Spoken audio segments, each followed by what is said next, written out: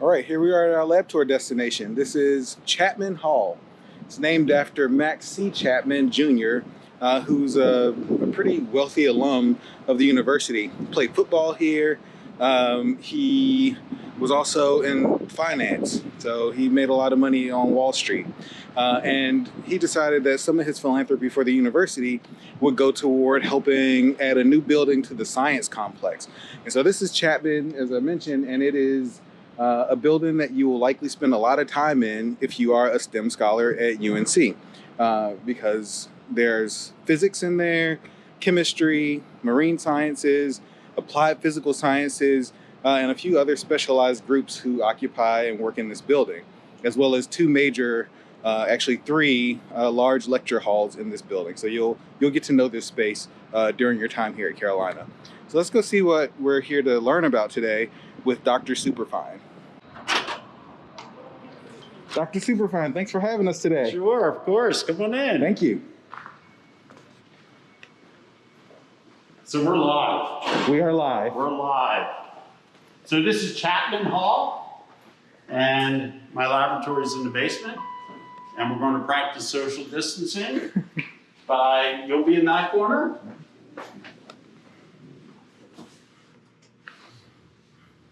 And the lab's in the basement, where it's vibrationally very quiet. Because our experiments involve very sensitive instruments that can measure the forces between individual molecules. Okay. So we can't have any vibration. All right. So Dr. Superfine, thanks for having us here today. Sure. First off, I have to say your last name is one of my favorites of all the last names on campus. And so, it's just a fun name to say. And I know you probably get something like that a lot. It is. Especially for someone who works with things that are really small. Mm-hmm. Superfine makes a lot of sense. It does. So it was just like fate, I guess, right? Yeah, that's right. So tell us a little bit about, what you do at UNC and how you ended up getting here in the first place. Yeah, so, I guess it goes back to when I first was growing up. My dad was a contractor and he built houses. So my parents were graduated high school. They didn't go to college.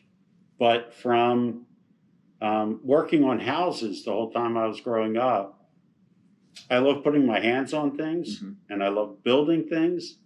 And so that's carried over to today, where I build instruments to be able to do experiments on really small things.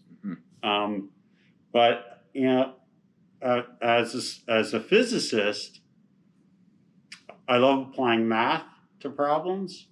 But because I grew up being a carpenter, I love building things to be able to study biological things and things at the nanoscale as well. Awesome. Yeah.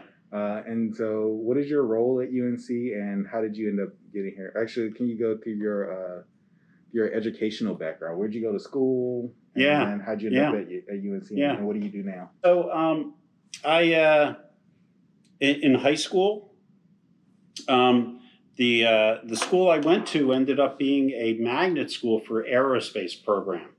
So we ended up building a mock space capsule in high school. So I was on what was called the engineering team there. From there, I went to Lehigh University, and I decided to originally study engineering. But after 1 year in engineering, I met a physics professor. And the physics professor was clearly competing with the engineering professors to get majors into their major. And the physics professor said, Rich, if you want to wind an electric motor, then go into electrical engineering. If you want to understand how a motor works, you go into physics. Now, he was not being fair to electrical engineers, let's be clear. But that captured my attention. And I was already enjoying my physics classes and how they blended math with understanding in a fundamental way.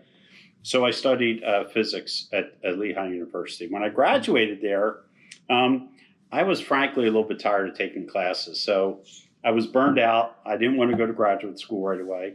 So I told my advisor, and my advisor found me an opportunity at Bell Laboratories in New Jersey.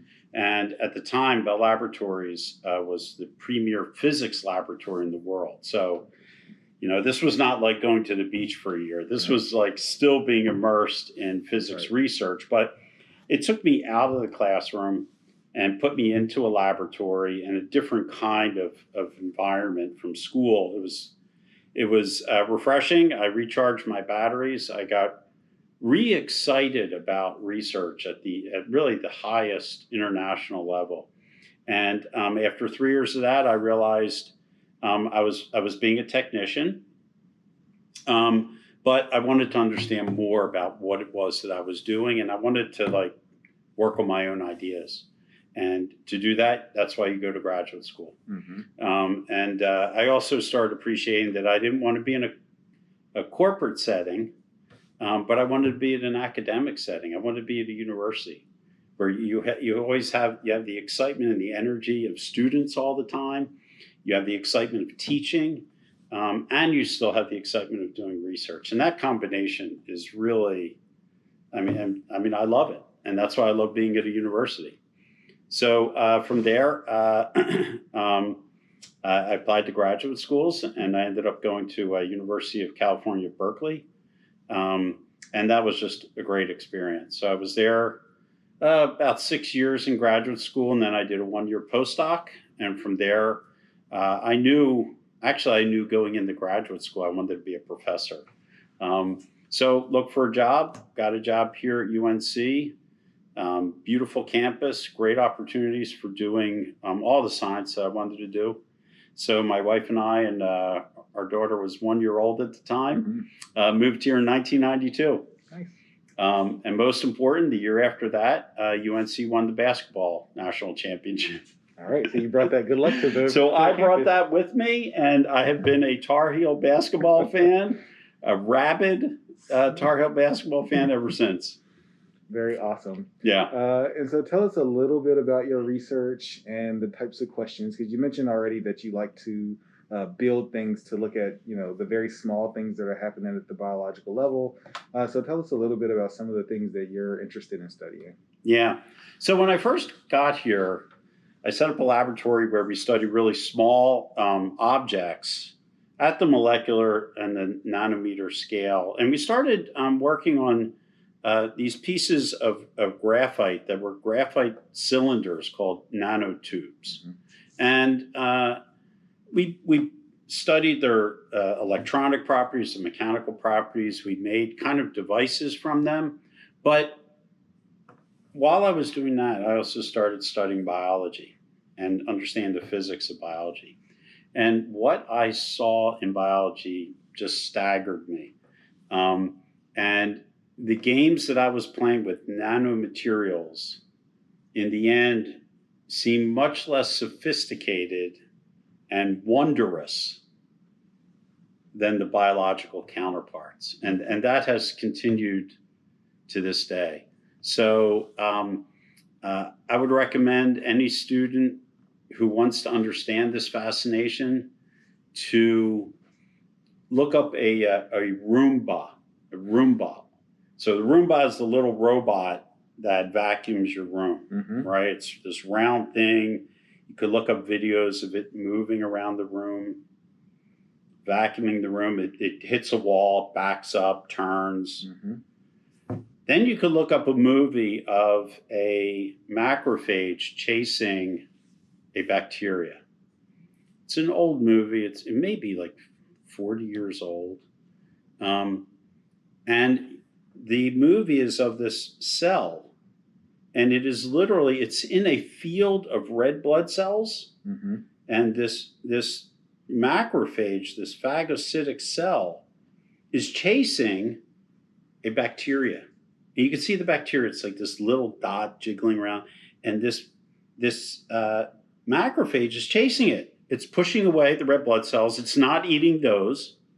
It's like sniffing and homing in on this bacterium. It eventually captures it and it eats it. I've seen I think this you know video. the movie, right? I've seen this, yes. And so for me, looking at that movie, that macrophage is 20 microns in diameter, right? It's a microscopic object. It is living. It has DNA in it. It metabolizes food. It separates and splits into new cells. It replicates its DNA, generates proteins. It does everything that life does. And in a sense, it has all the sensing and robotic capabilities of a Roomba. And so you know that you could buy a Roomba, you could unscrew it and open it up, and you'd see wheels in there. Okay, that's how it moves. The motor drives the wheels. Okay, so now I know how it moves around. You know that when it hits a wall, it senses the wall, right? It's not stupid. It doesn't just hit the wall and stay there. It knows the wall's there and it backs up. So it has sensors in it, all right? And then with those sensors then send their signal somewhere so that the computer says, back up and change your direction. So that means there's a circuit board that has the program for the Roomba in it. So it has motors, it has sensors, and it has a program that connects what the thing is sensing to change what the motors are doing. As a physicist, that abstraction, you can apply that to a cell. And you could say, okay, what is the mathematical equations that dictate how a cell can sense, move, and do the computation using biochemicals? Because there's no integrated circuits in a cell, right? It's biochemicals that are forming that kind of network. And we can understand a cell the same way we understand the Roomba. And that kind of motivation is what underlies the research that we do in my group. Very cool. Well, that sounds like really exciting and interesting research, and we can't wait to see how you explore these things. Great. Let's take a look. In our laboratory, we study materials because one of the things we're interested in doing is making devices that move fluids at the micron scale, similar to what happens in biological tissue, like, for example, your lung. But we also use them to make unusual materials to help us understand biology. So if we look on this wall here, you can see my wall of chemicals, which I'm very proud of. So this gives you a range of the kinds of, we don't really do chemistry per se, but we do develop new materials that could be used for biological studies. So as you come over here, one of the ways that we study biological systems are in microscopes. So we do everything from cell cultures to microfabricated systems in like a clean room, like that you would make semiconductor chips from. So this particular microscope, this part here looks like a regular microscope, but this setup here, the way we have it mounted, is very unusual. In fact, it's unique. And we developed this system here so we could take this microscope and tilt the whole microscope by 90 degrees. Whoa. So if we pull out, my students would kill me if they saw me do this. But if we pull out some of these screws here, and maybe it's a good thing that this one actually come out.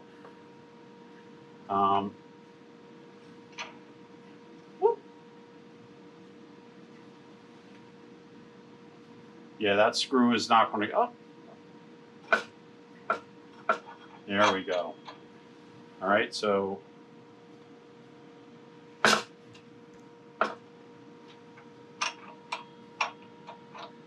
where am I getting?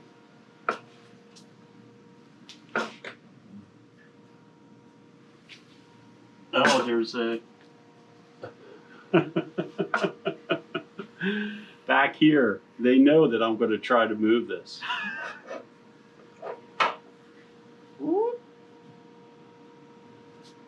See, the whole microscope can tilt. Whoa. So I'm not going to tilt it anymore because something might break. But what we do is we tilt the microscope so that we can study how cell cultures behave when they change their orientation. Because the tissue in your lung, because your lung has all these branch structures in it, when fluid is moving in your lung, it's not just moving horizontally, which we could study very easily here, but there's also cases where the fluid in your lung is going up against gravity. And so we study that in the microscope by tilting the whole thing 90 degrees so we can see the effect of gravity on tissues.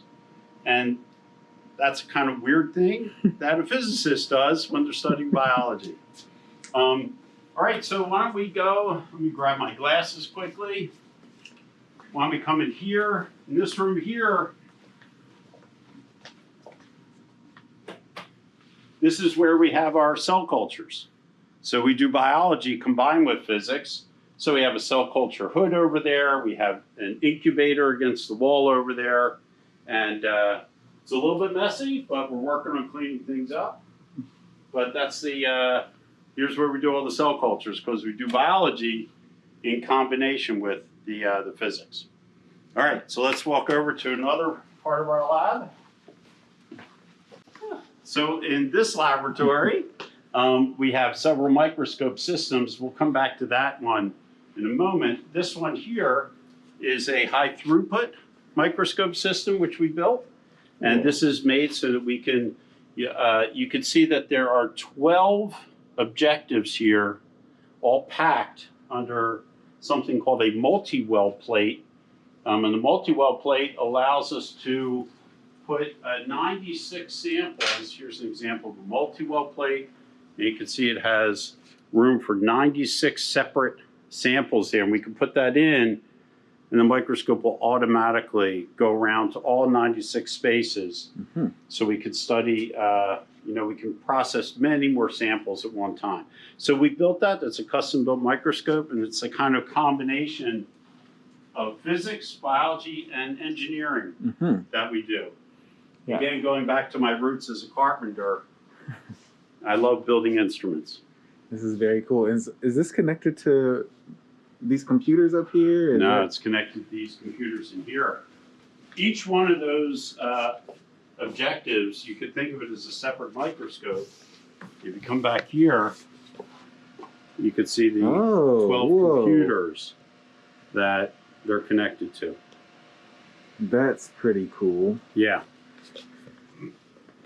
Okay. But why don't we stop here at this microscope system right here? So you could see again, it's outfitted. This is a computer-controlled stage that can automatically move the specimen around. Megan Parmigiani. Chemistry. She's a Chancellor Science Scholar. Yes, cohort. She worked in our laboratory this past year, and she's done phenomenal work in programming the stage to do our measurements. And so what measurements was Megan working on? It's very interesting in biology to understand how things stick to each other, understand how cells stick to other cells, or even, we spend a lot of time thinking about mucus.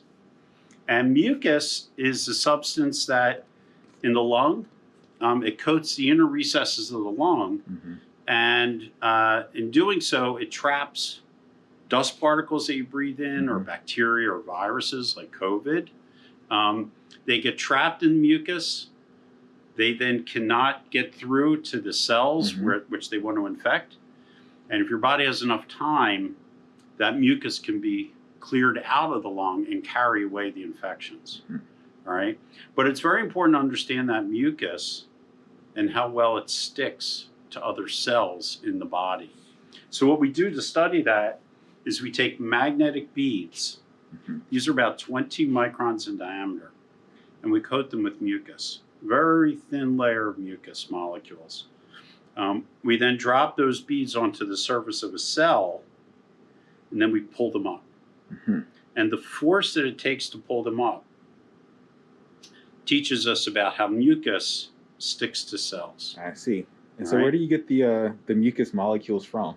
Yeah, so the mucus molecules actually come from cell cultures. Okay. So we could take cells from the lung, culture them in a culture dish, and just like in the human lung, those cells produce mucus. The lung cells in the culture will also produce mucus. I see. And then we could harvest that, clean it, and then treat it on the beads so it sticks to the beads. So how do we get the beads to pull up? We apply a magnetic field. So we use a permanent magnet like this one here, which comes to a sharp point. All right. And so what we do is we take this multi-well plate, we put the cells in here, we put the beads in, and then we can bring the magnet down and watch the beads pull up off the cells. And if we calibrate the system, we can know the forces that the beads are popping off at. And that teaches us how mucus sticks to cells. But there's many other ways in which that is interesting. When you're doing drug delivery often involves small particles that somebody might be breathing in to the lung surface. So you may want to understand how those particles, those drug particles, stick to cells and how that sticking helps them get in to deliver their drug. So the people who develop those drug particles are very interested in treating them so that they're able to stick well to cell surfaces. And so we could use this system to understand what molecules a drug company should be putting on drug particles so they stick to cells well and can invade cells. Very cool. I'll come back for that. So let's take a look at another system that we developed. So here we have two microscope systems. What's this one, if you don't mind me asking? So that is so this is called a rheometer. So rheo stands for flow, and meter stands for measure. So this measures the flow properties of a material. So for us, if we're interested in understanding how well mucus, for example, flows, we want to understand how viscous it is. And so this system allows us to study that. But getting back to microscopy, here again is a microscope system. If you look over here, it kind of looks like a standard microscope. We put this extra chamber on top here. Let me see if I could open this. Here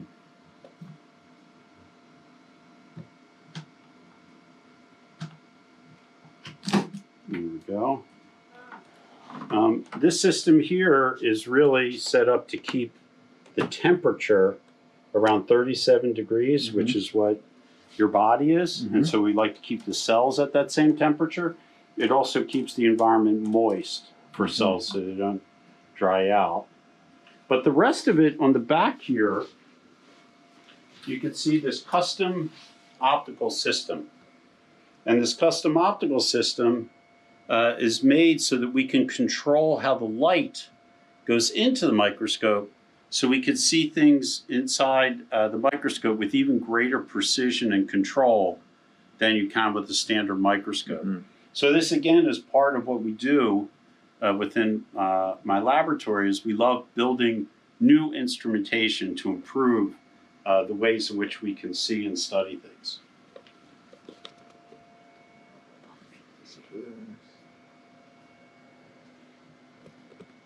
So in order to see inside a microscope, you have to shine light into the microscope. So here's where the light comes in. This is an optical fiber that comes into our system right here and goes through.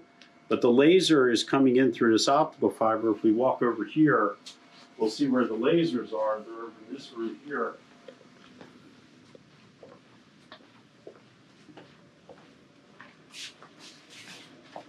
This again is a custom system that we built because that's what we like to do. And you can see all the, these are all lasers right here. 4 different lasers, different colors, so that we can excite different molecules inside the cell. These mirrors here and filters all act to combine the separate laser beams so they go into one beam. And then here's where we put them into the fibers, right here. And going into the fibers, they go through these red boxes here. And what those red boxes do, they allow us to turn the light beam on and off very fast. About 1/1,000,000th of a second, we can turn the light beam on and off to control it. I see. But those then go into the optical fibers to go into the microscopes. So this is one microscope system. Here's another microscope system.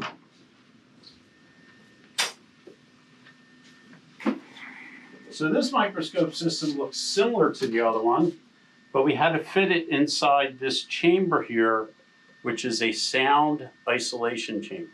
Mm-hmm. Because of the instrument that I'll talk about in a minute has to be very quiet.